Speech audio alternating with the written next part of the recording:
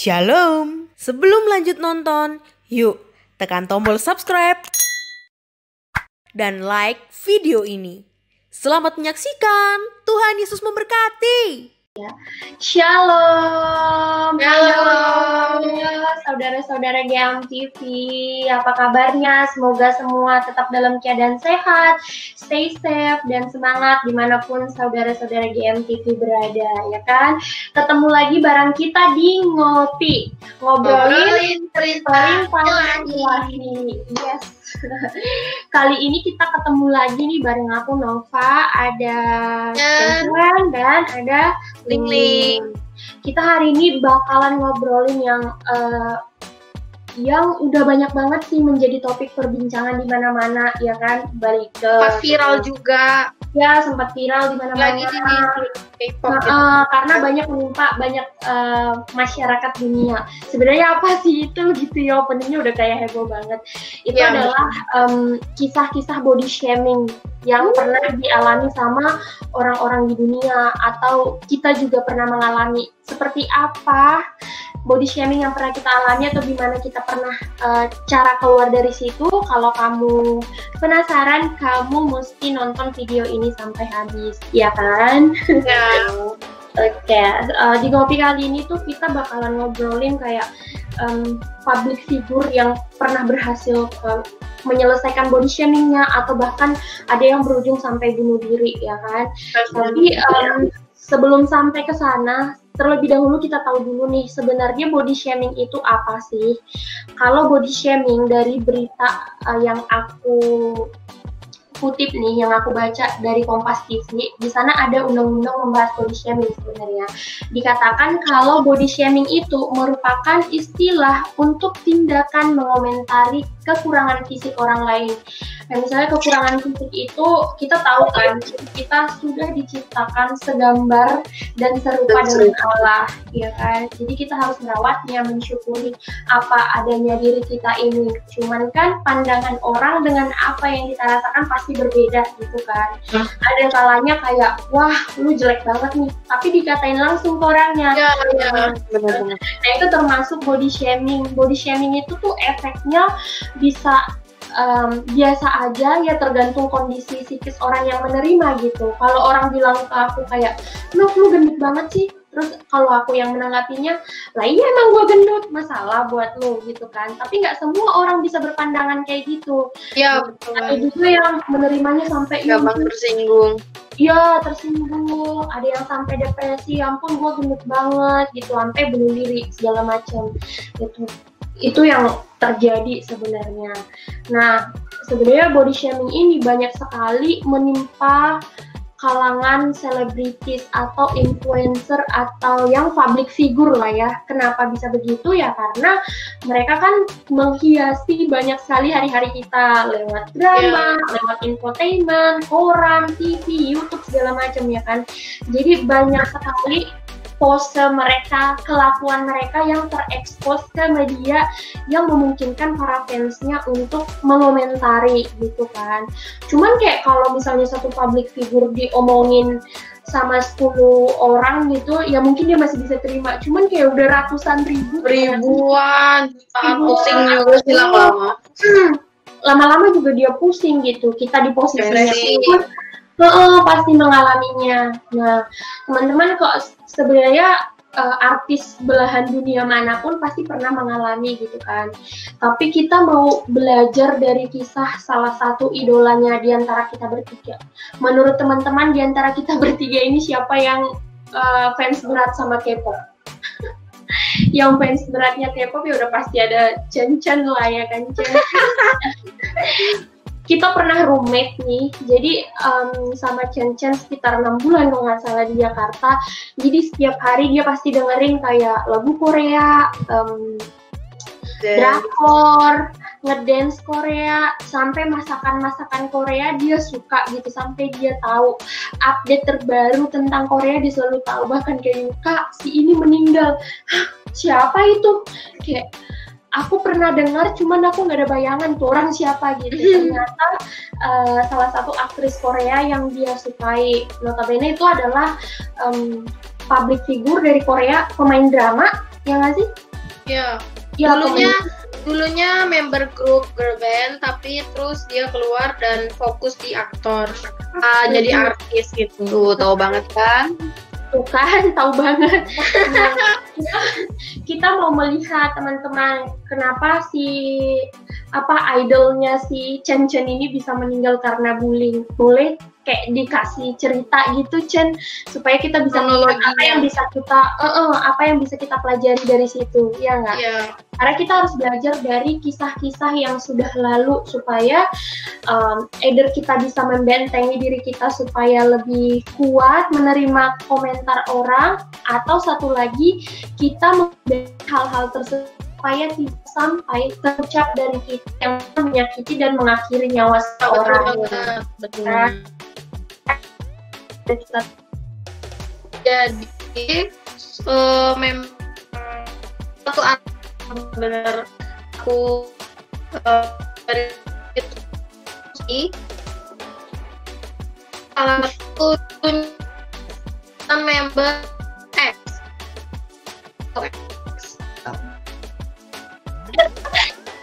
Googling dulu deh.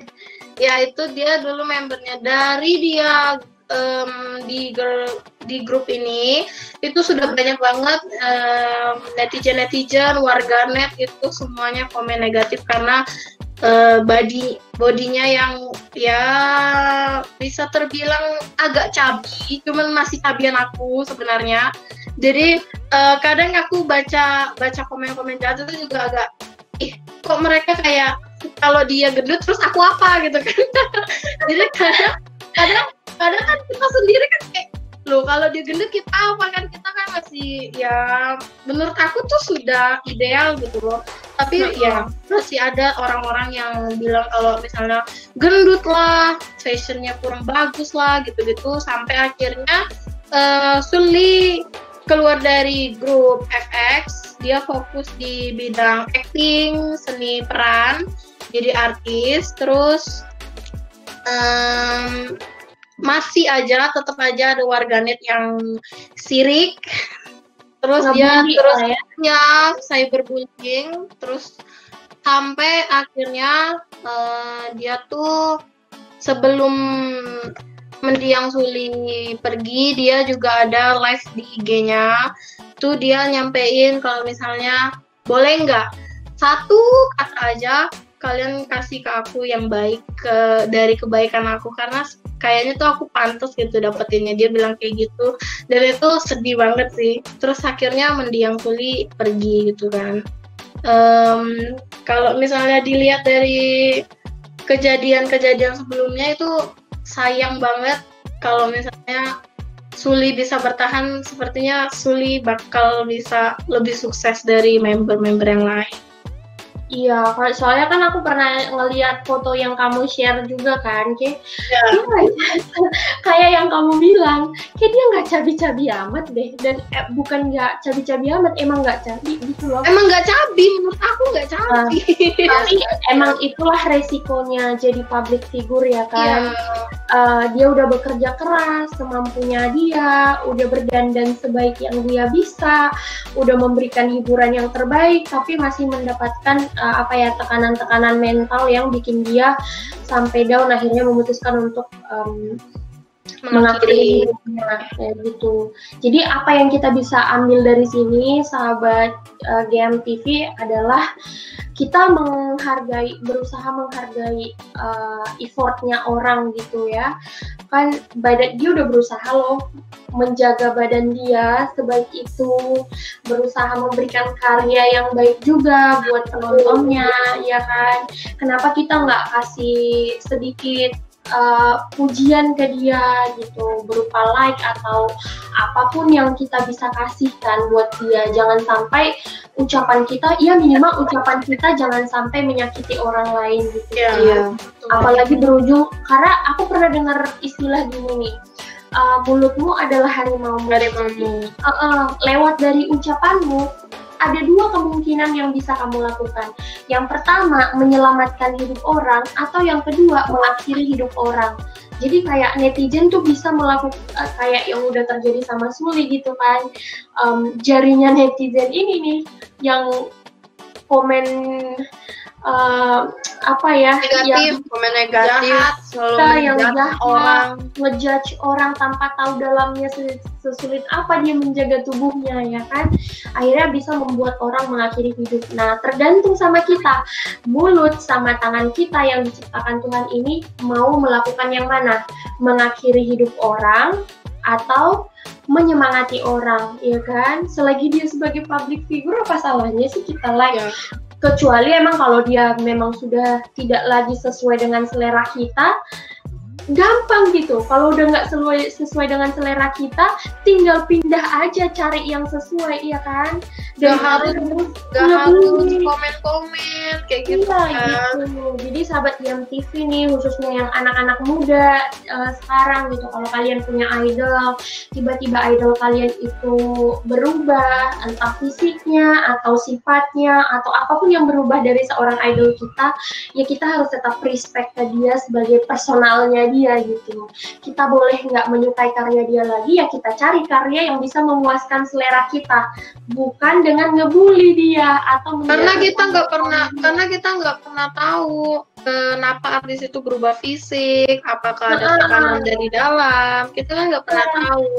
Iya betul, jadi kayak teman-teman sahabat Diam TV, termasuk kita bertiga ini, kita juga harus selalu belajar gimana bijaknya bersosial media, ya kan? Betul Kita banget. nggak bisa memberikan mereka support yang kayak gimana-gimana, kayak ngajak dia ke psikolog gitu kan, tapi at least jangan sampai yang head comment lah yang muncul dari jari-jari kita ini, karena dari jari-jari kita ini bisa balik lagi tadi, mengakhiri hidup orang atau menyemangati hidup orang. Nah, sebenarnya teman-teman GMTV, Chen dan Ling Ling, ini sebenarnya kita udah ada di Indonesia sendiri sebenarnya untuk body shaming itu ada undang-undangnya, khususnya yang di sosial media ya, itu ada UU ITE gitu. Ini aku baca di Kompas TV, dia dibilang di sini pelaku body shaming di media sosial dapat dijerat dengan pasal 27 ayat 3 dalam kurung GO, pasal 45 ayat 3 Undang-Undang Nomor 11 Tahun 2008 tentang Informasi dan Transaksi Elektronik atau ITE, sebagaimana yang telah diubah dalam Undang-Undang Nomor 19 Tahun 2016. Jadi sebenarnya undang-undang tentang body shaming di sosial media ini sudah ada di Indonesia dan diperbaharui, yang terbaru adalah Nomor 19 Tahun 2016 ini. Ancaman hukumannya juga jelas nih. Kalau misalnya ancaman hukumannya itu ada penjara paling lama 4 tahun. Bayangin gak sih, gara-gara tangan kamu yang suka hate comment, iya, kamu bakalan dipenjara selama 4 tahun. Kalaupun kamu didenda, itu dendanya paling banyak 750 juta. Makanya sahabat GMTV, kita harus berhati-hati menggunakan organ fisik kita ini, berhati-hati menggunakan mulut untuk mengomentari orang lain, karena kita nggak tahu efeknya ke gimana ke orang itu, ya kan? Dan kita harus berhati-hati menggunakan jari tangan ini, gitu. Soalnya di Indonesia sendiri ternyata kasusnya itu sudah banyak banget. Di tahun 2018 aja nih, aku kutip dari Detik News, teman-teman bisa buka Detik News, kelihatan nggak sih? Kelihatan. Nah, Detik News itu di tahun 2018 kemarin itu ada 966 kasus seluruh Indonesia dan sudah diselesaikan baru 374 kasus body shaming di sosial media. Sebenarnya kenapa sih seseorang itu bisa terkena pasal Undang-Undang ITE tentang body shaming ini? Karena kalau misalnya Chen bilang ke aku nih, Kanova gendut gitu, ya aku tergantung respon orang itu gitu. Ya, kalau aku merasa aku tersinggung dengan itu, mengurangi harga diriku dan karena fisikku dihina gitu, aku bisa melaporkan Chen ke penjara, baru nanti dia akan dijatuhi UU ITE gitu. Jadi makanya teman-teman hati-hati gitu ketika mengomentari teman kayak, apaan sih lo passionnya tabrak lari gitu atas bunga-bunga bawa kotak-kotak, lagi yang nyamannya begitu, ya kan? Kenapa kita harus komentari? Tiba-tiba dia yang kita komentari itu dia nggak terima aja gitu. dia bisa ngelaporin kita ke polisi. Tergantung situasi juga. Kalau misalnya ya tergantung mood dari orang yang kalau kita orangnya komentarin gitu gampang kan. tersinggung, jaga mulut. Kalau misalnya temennya memang suka diblak-blakin, ya ngomong aja. Yang penting jangan nyakitin hati orang. Iya gitu. Jadi kamu harus mengenali, sebenarnya yang harus kita lakukan adalah mengenali orang yang akan kita sampaikan sesuatu itu gitu. Apakah dia orang yang bisa menerima atau tidak. Kalau dia nggak bisa terima, ya sebaiknya jangan dilakukan gitu kan. Kita harus menjaga. Nah, di Alkitab sendiri ini ada nih kisahnya. Teman kita Ling mau cerita kisah di Alkitab siapa yang pernah terkena bully. Ya, kalau misalnya kita ambil dari tokoh Alkitab itu ada Zakheus, Kak. Tapi sebelum aku cerita tentang Zakheus ini, aku mau jelasin. Sebenarnya body shaming itu nggak harus dari orang lain ngomongin kita, ngejudge penampilan kita, body kita atau apapun. Jadi body shaming itu bisa dari kita sendiri. Kayak misalnya, aduh, aku hiteman nih, kok aku pesek ya, kok aku gendutan ya. Nah itu sebenarnya kita tegas diri kita sendiri gitu. Iya, shame sendiri. Iya, sampai akhirnya dia filler hidung, suntik kuku, atau dia diet mati-matian, itu bisa juga loh, Kak. Sampai sakit, iya gitu. Nah, sebenarnya kalau misalnya yang seperti ini itu sebenarnya kita merusak diri kita sendiri. Betul banget. Kan kita ini manusia ini adalah serupa dengan gambaran Allah. Jadi kalau misalnya kita bertato, suntik-suntik inilah itulah, tanam benang, apa itu tandanya kita mengotori baitnya Tuhan juga, Kak. Betul. Nah, baru aku mau cerita ke Zakheus lagi nih, balik lagi ke Zakheus nih. Iya. Zakheus ini kan orangnya pendek nih. Sebelum kenal Yesus, dia juga dikenal sama Zakheus pemungut cukai, banyak juga dia dihujat sama orang. Pendek, jahat, kayak gitu kan, Kak?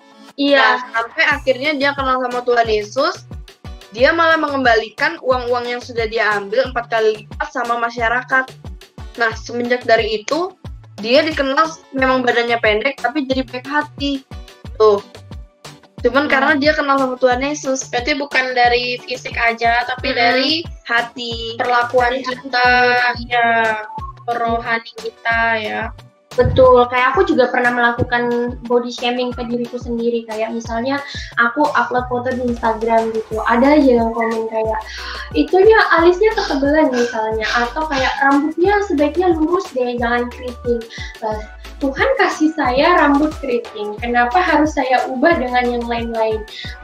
Jadi tapi di masa-masa itu jatuhnya aku kayak yang kurang bersyukur sih. Benar kayak yang tadi Ling ngasih tahu kisahnya Zakheus itu, berarti dia sebelum mengenal Yesus. Setelah dia mengenal Yesus, dia malah lebih bersyukur terhadap dirinya dan mengembalikan dari harta kekayaannya 4 kali lipat ke orang-orang dari yang dia pungut itu. Nah kalau aku waktu itu, aku lebih kayak sedih, ya ampun, iya ya, kenapa aku cabi, kenapa pipinya gede, badannya pendek, rambutnya keriting, gendut gitu ya. Iya bener, aku nih seperti ini kayak nggak layak lah, merasa nggak layak. Terus suatu saat pergi ke pertemuan gereja gitu, sering banget kayak Pak Pendetanya bilang kayak gini, kalian ini perkumpulan kayak anak-anak muda gitu ya, anak-anak muda Kristen. Terus Pak Pendetanya bilang begini, segala sesuatu yang ada dalam hidup kita ini adalah anugerah dari Tuhan. Berarti apapun yang terjadi sudah seturut kehendaknya Tuhan. Yang bisa kita lakukan adalah mensyukuri dan menjaganya supaya lebih baik apapun yang terjadi. Jadi kayak ada yang nanya, gimana kalau hidupku banyak masalah gitu, orang tuaku bercerai atau kekasihku selingkuh atau apa gitu kan, banyak lah pokoknya waktu itu pertanyaan. Jadi yang harus kita ubah adalah persepsinya kita atau perspektif kita, cara pandang kita terhadap itu diri kita sendiri. Kita boleh kayak, wah saya memang kurang baik nih, padahal kan Tuhan menciptakan aku sudah sangat baik gitu, seturut gambar dan rupanya Dia. Aku adalah cerminannya Dia gitu, aku adalah cerminan Allah. Jadi sebenarnya aku harus gimana gitu, ya mensyukuri gitu. Tuhan mengasih mata yang lengkap, organ tubuh yang lengkap. Jadi itu yang harus disyukuri. Perkara kita gendut, ya ada usaha lain gitu loh.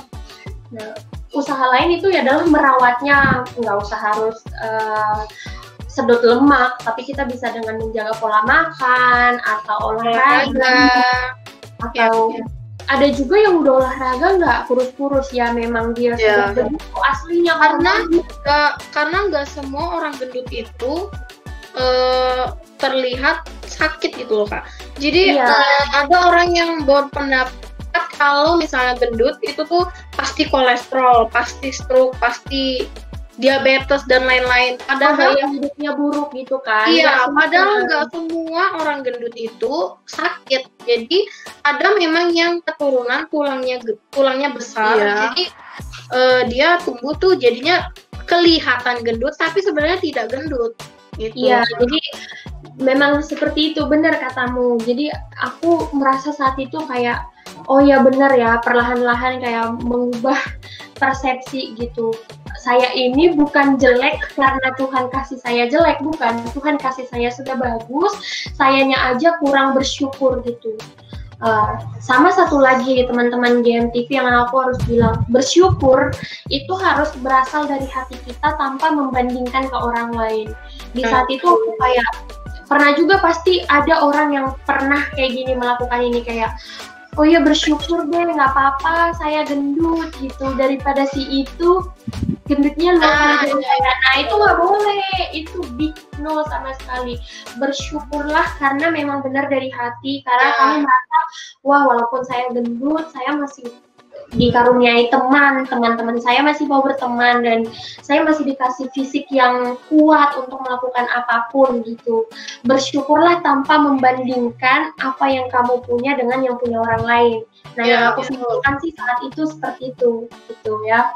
Jadi aku lebih merasa, wah ya aku harus memulai hidup sehat ini, gaya hidup yang sehat gitu, merawat diri sedikit sehingga tidak jerawatan lagi, nah gitu-gitu. Mungkin itu juga yang harus sahabat muda GMTV bisa lakukan dimanapun ya.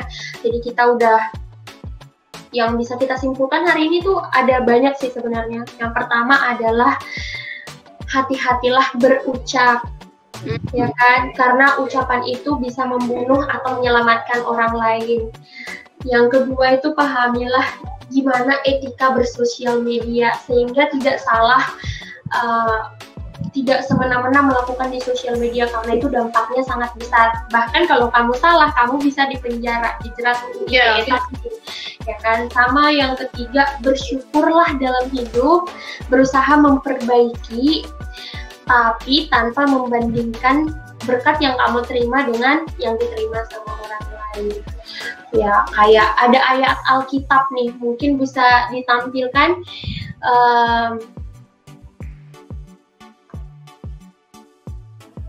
Ada ayat Alkitab yang, nah ini dia, ada dari 1 Yohanes 3 ayat 1. Dia bilang, berbunyi seperti ini, lihatlah betapa besarnya kasih yang dikaruniakan Bapa kepada kita, sehingga kita disebut anak-anak Allah, dan memang kita adalah anak-anak Allah. Karena itu dunia tidak mengenal kita, sebab dunia tidak mengenal Dia. Ya kan? Jadi ya kita adalah apa yang Allah katakan ke kita, bukan apa yang dikatakan dunia ke kita, ya kan? Karena orang lain tidak mengenal kita sebaik Allah mengenal kita, dan sebaik kita mengenal diri kita sendiri. So kalau teman-teman GMTV saat ini ada yang merasa terbuli, ada yang merasa menghina, ya, atau ada yang merasa sedih karena kondisi fisiknya, kita harus ingat ayat ini. Kita adalah apa yang Tuhan katakan, bukan apa yang dunia katakan atau apa yang kamu pikirkan gitu. Jadi kamu harus lebih banyak bersyukur terhadap hidupmu gitu. Oh, ini anugerah yang Tuhan kasih, masih bisa dikasih hidup, bernafas, dikasih keluarga, dikasih teman-teman, ya kan? Jadi kita harus lebih bersyukur dalam hidup karena kita adalah gambaran dari Allah. Sama yang kedua, kalau kamu pelaku bully, tolong stop, karena kamu bisa menyelakai masa depan atau hidup orang lain, ya nggak sih? Mungkin Chen sama Ling ada pesannya juga ke sahabat-sahabat GMTV nih.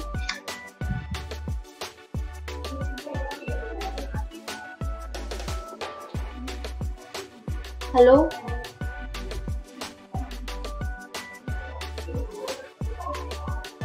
Oke, kalau dari kita nih, Eli, silakan. Ayo silakan. Ya, Kalau menurut aku sih, untuk pelaku bulinya ya Kak, iya. stop bully orang, berkacalah diri sendiri. Ya, Aduh, benar, karena ngaca itu penting, ya kan? nggak kaca itu penting.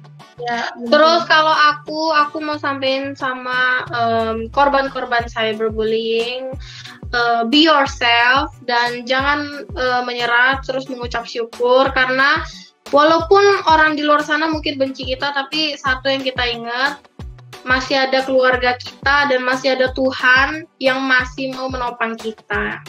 betul. Selagi Tuhan masih menganugerahkan hidup, kenapa kita harus memikirkan kata orang, ya kan? Iya, benar banget tuh Kak. Kecuali kata orang itu membangun diri kita, bukan menjatuhkan. Maka dengarlah apa yang perlu kamu dengar, hiraukan sekiranya apapun yang membuatmu jatuh. Karena Tuhan sudah memberikan ayat yang di 1 Yohanes 3 ayat 1 tadi. Teman-teman bisa membacanya di rumah. Gitu sahabat GMTV, terima kasih sudah menonton video ini. Tetap semangat, tetap stay safe dimanapun kalian berada.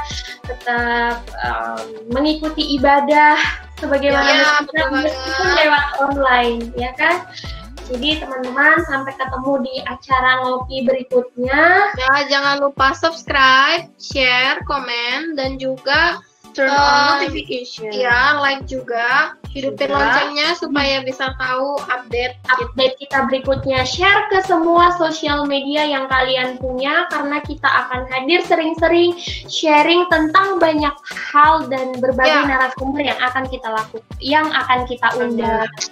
So, see you next week. God bless you. God bless you.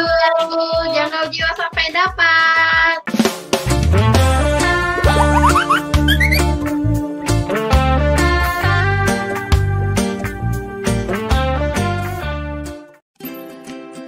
Jadi orang Kristen, pengen dong diakuin juga.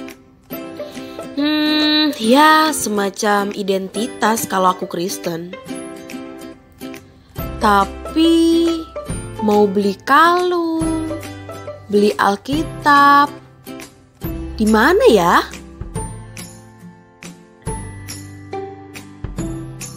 Sampai aku temuin toko Bethlehem.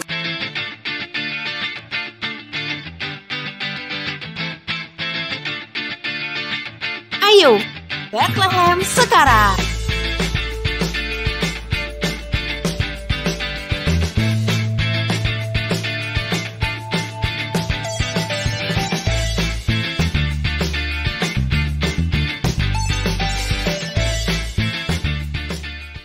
Nah, kalau mau cemilan yang enak, bergizi dan sehat, fresh corn aja. Karena fresh corn selain enak, bergizi dan sehat, fresh corn juga tersedia dalam berbagai rasa sesuai selera kita. Dan fresh corn dijual loh di mall-mall terdekat. Beli fresh corn sekarang juga. Luf merupakan toko pakaian dalam berkualitas di kota Jambi. Menyediakan berbagai jenis pakaian dalam pria dan wanita, toko Luf terletak di Jambi Prima Mall Trona lantai dasar. Toko underwear Luf menyediakan berbagai macam merek seperti merek Sorex, Teli, serta berbagai macam merek lainnya. Anda butuh pakaian dalam? Toko Luf solusinya. Lapar cabai montok. Dapatkan sensasi pedas cabai montok di Shopee dan Tokopedia. Untuk terus meningkatkan mutu pelayanan dan mendukung program pemerintah dalam memerangi COVID-19, Cabai Montok telah meningkatkan personal hygiene dan keamanan pengemasan sambal. Dimulai dari menggunakan antiseptik sebelum melakukan produksi dan pengemasan, dan memasukkan sambal ke dalam plastik makanan untuk menghindari kebocoran. Dan setelah itu kami juga masih menutup dengan aluminium foil agar semakin aman dan juga terhindar dari bakteri.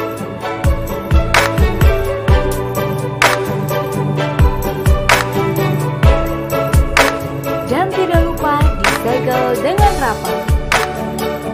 Untuk itu, dalam memerangi COVID-19, tidak usah panik, tidak usah rush buying, hindari keramaian, dan aman di rumah bersama Cabai Montok. Terima kasih sudah menyaksikan video ini. Jika Anda diberkati, mari dukung pelayanan kami dengan like, subscribe, dan tunggu video kami selanjutnya. Tuhan Yesus memberkati.